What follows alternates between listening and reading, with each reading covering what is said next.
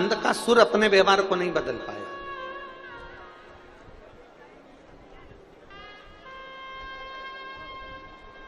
मेरी जितनी माताएं बैठी है, जितनी बहुएं बैठी हैं, जितनी बेटियां बैठी हैं, जितने बेटे बैठे हैं, जितने जीजा बैठे हैं, उन सबसे निवेदन करूंगा, मेरे दादाओं से निवेदन करूं, मेरी माताओं से निवेदन करूं कि एक व्यवहार अपने घर में भी लेकर आओ। एक व्यवहार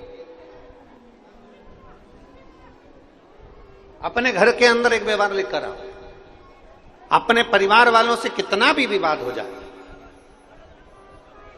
बेटी से, दामाद से, बेटे से, बहू से, मां से, पिता से, देवर से, देवरानी से, जेठ से, जेठानी से, बुआ से, फूफा से, मामा से, मामी से, काका से, काकी से, कितना भी व्यवहार बेकार हो जाए, अड़ोसी से, पड़ोसी से, दड़ोसी से, रिश्तेदारों में, समाज में कितना भी तुम्हारा विवाद हो जाए, एक बात अपने अंदर उतार कर रखो इसको कि कितना भी किसी से व्यवहार हमारा, कितना भी किसी से विवाद हो जाए, कितना भी झगड़ा हो जाए, पर एक बात उतार कर रखना कि हम उनसे बोलना बंद नहीं करेंगे, भले कुछ भी हो जाए।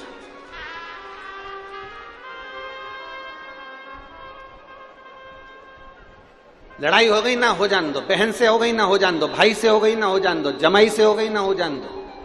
काका काकी से हो गई, रिश्तेदारों से हो गई ना लड़ाई, हो जान दो। पर हम बोलना बंद नहीं करेंगे, हमारा व्यवहार हम खत्म नहीं करेंगे। हमें बोलना, हमें बात करना,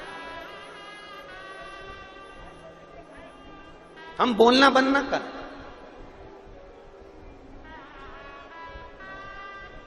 हम अपना बोलना बंद ना कर। क्यों? उसका कारण है,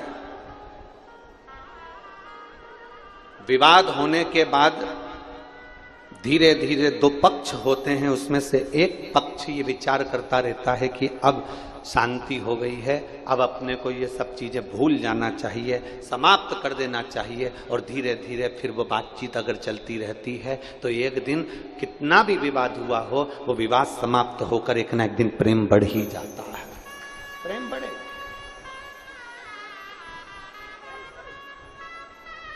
अपने व्यवहार में ये चीज लेकर आ जाइए, अपने स्वभाव में ये चीज लेकर आ जाइए, और अपने व्यवहार में ये चीज लेकर आओ कि अब मुझे कितना भी झगड़ा हो किसी से भी हो, पर मेरी बोलचाल बंद ना करो। बोलचाल नहीं बंद।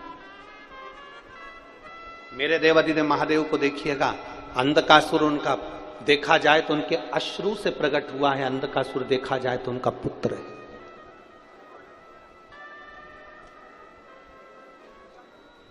जिनके नेत्र अश्रु से प्रकट हुआ तो देखा जाए तो अंधकासुर उनका पुत्र है।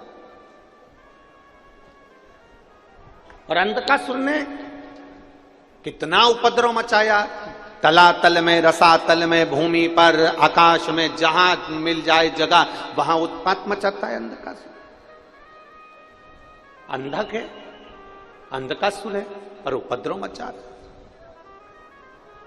सबने आकर कहा, भगवान शंकर जी से कहा कि भोलेनाथ जी वो अंधकासुर बड़ा उपद्रव मचा रहा है। ब्रह्मा जी से भगवान शंकर ने कहा आप उसको समझाने का प्रयास करिए।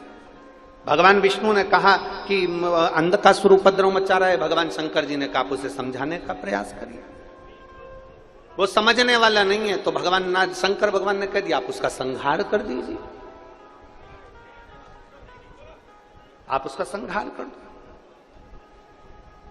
भगवान नारायण कहते हैं अंधकासुर का संहार हम नहीं कर सकते। भगवान ब्रह्मा कहते हैं अंधकासुर का संहार हम नहीं कर सकते। अंधकासुर का संहार करने की सामर्थ्यता ना भगवान विष्णु कह रहे हैं कि हम भी नहीं कर सकते, और ब्रह्मा कह रहे हैं हम भी नहीं कर सकते।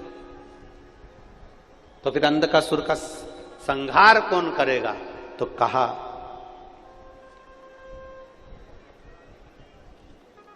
अंधकासुर का संहार करेगा कौन? फिर कहा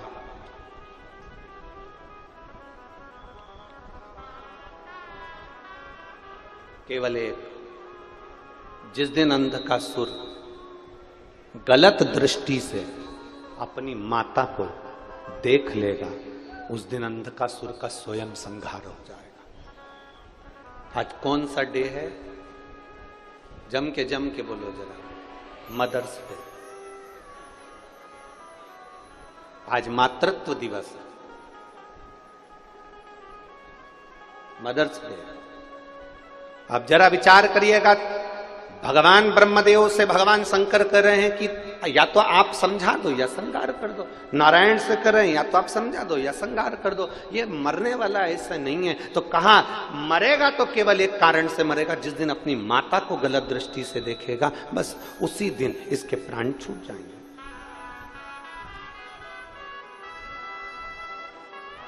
हम तो इतना सा निवेदन करेंगे आज मदर्स डे पर, मातृत्व दिवस के दिन इतना सा कहना चाहेंगे कि अपनी जिंदगी में ये बात अंधकासुर के चरित्र से उतार कर रखना। आज मदर्स डे के दिन, मातृत्व दिवस के दिन ये उतार कर रखना कि घर में जब तक मां है तब तक ये समझना तुम्हारा घर स्वर्ग है।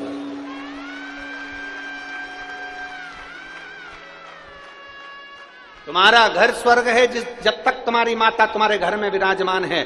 तुम्हारी कितनी गलतियों को तुम्हारी माता माफ करती रहती है। जैसे पृथ्वी माता और घर की माता एक होती है, पृथ्वी माता पर मलमूत्र करते हो, गंदगी करते हो, तो भी पृथ्वी माता कभी तुमको अपशब्द नहीं कहती। वो हमेशा कहती है कि ये मेरी संतान है, ये मेरी औलाद है। और घर की एक माँ ऐसी होती है जिसको आप बड़े होते चले जाते हो तो ताने देते हो। बचपन में माता की छाती पर लात मारते हो, बचपन में माता के स्तन से दूध नोचते हो, पीते हो, बचपन में माता को अपशब्द भी कह देते हो। बड़े बड़े होते होते एक समय ऐसा आता है कि माताओं में गलती नजर आने लगती है। अपनी पत्नी श्रेष्ठ दिखती है और माता गलत दिखना चालू हो जाती है। तब भी माता उस गलती को स्वीकार कर लेती है, सहन कर लेती है, बोलती नहीं। मेरा निवेदन केवल इतना है, जिस घर में मां है, जिस घर में माता है, जिस घर में बुजुर्ग विराजमान है, वो घर घर नहीं बैकुंठ और कैलाश धाम है। बैकुंठ और कैलाश धाम है, वो कम नहीं है।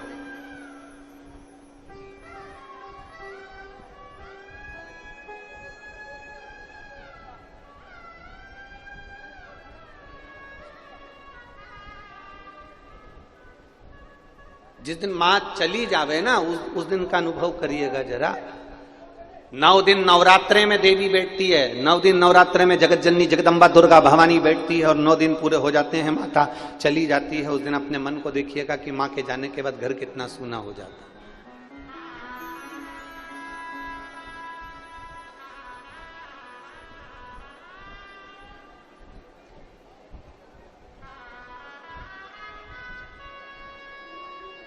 ओम प्रकाश जी, कोरोना काल के अंतर्गत एक बेटी, कई बार आप लोगों ने उस बेटी को वीडियो में भी, कहीं कुबेरेश्वर धाम से कोई वीडियो निकला हो तो उसमें उस बेटी का दर्शन भी किया होगा। कोरोना काल में एक बेटी खूब रोई। अब वो धाम पर आई और उसकी आंखों में जल। हमने उसके बेटी से पूछा कि तेरे रोने का कारण क्या है, तो वो बोल ना पाई। उसके साथ वाली जो थे तो उनसे पूछा किसके साथ आई है, तो कहा ये अकेली है। क्या नाम है इसका, उन्होंने नाम बताया। हमने क्या पढ़ाई कर रही है, तो कि ये पुणे में डॉक्टरी कर रही है, मेडिकल पढ़ाई कर रही है। कैसे आना हुआ, ये क्यों रो रही है, इतनी बिलक बिलक कर रो रही है, इसके रोने का कारण क्या, क्यों रो? कहा कोरोना के अंतर्गत इसके पिता भी हॉस्पिटल में, इसका भाई भी हॉस्पिटल में और इसकी मां भी हॉस्पिटल में। 3 दिन के अंतराल में पहले पिता चले गया, फिर 3 दिन बाद मां चली गई, फिर 3 दिन बाद भाई चले गया। अब कोई भी नहीं बचा, अकेले।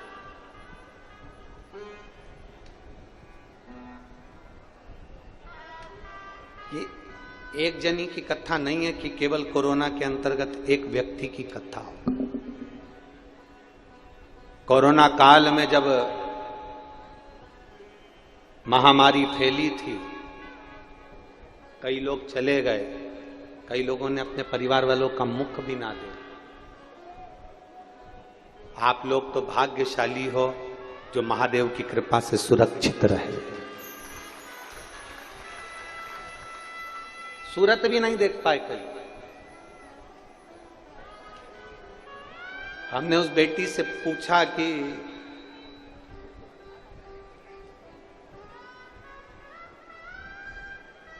तेरे पिता चले गए, तेरा भाई चले गया, तेरी माता चली गई, तो फिर अब क्या रहा? तो बेटी कहती है अगर मेरी मां रह जाती ना तो मुझे मेरा भाई और पिता दोनों का प्रेम मिलता रहता। उसके शब्द थे। केवल एक माता। अंधकासुर समझ नहीं पा रहा कि माता का सुख क्या होता है। उसने तो माता को गलत दृष्टि से देखा है, क्योंकि उसको सिखाने वालों ने कहा था तेरा जन्म नहीं हुआ है मां के गर्भ से, तेरा कोई पिता नहीं, तेरी कोई मां